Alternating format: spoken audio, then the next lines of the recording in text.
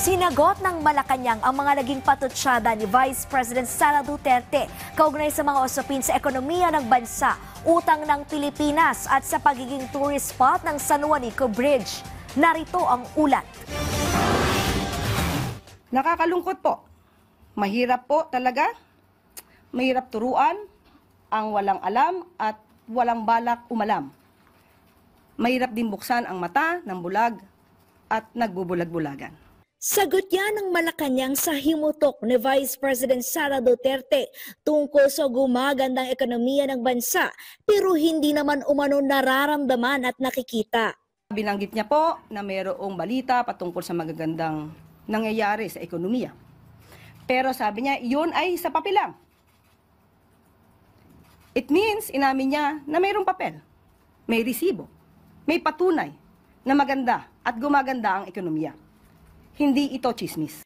Hindi ba niya po nakikita ang dulot na naibibigay, tulong ng Buka Centers, ang paglaki ng PhilHealth coverage, ang murang bigas, ang 3+1 promo ng LRT, MRT, ang fuel subsidies na ibibigay, at marami pang iba. Binueltahan din ng palasyo ang batikos ng pangalawang Pangulo tungkol sa lumalaki umanong utang ng Pilipinas na umaabot na sa 16 na trilyong piso.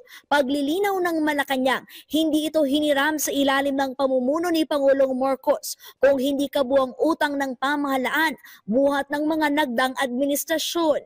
Ang administrasyon ni dating Pangulong Duterte ang naitalang may pinakamataas na naging utang na umabot ng 12.79 trillion as of June 2022.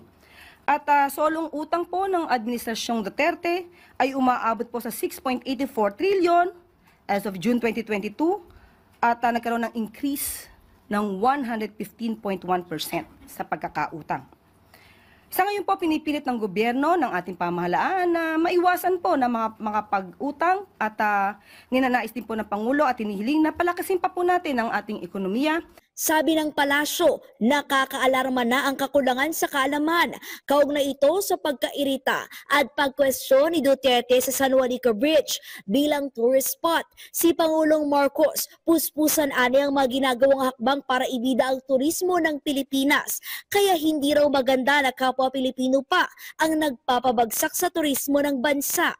Tandaan mo natin, ang San Juanico Bridge, ito po ay simbolo ng kagandahan at engineering capabilities nung panahon, nung 1973, hindi po sa sukat o haba or iksi o haba ng tulay, masasabi mo na ang isang tulay ay dapat gawing tourist spot. Binalik din ng Malacanang sa Vice Presidente ang pagtawag nito na budol ang Pangulo ng bansa. Budol? Talaga? Sa nakikita po natin na pagtatrabaho ng Pangulo, sa pag-uutos sa amin na focus sa trabaho at hindi pamumulitika? Sino ba talaga nambubudol? Si Vice President Sara Duterte na-impeach sa Kamara dahil sa issue ng katiwalian dahil sa paglustay umano ng intelligence fund, assassination threat sa unang pamilya at sedisyon. Kalezal Pardilla para sa Pambansang TV sa Bagong Pilipinas.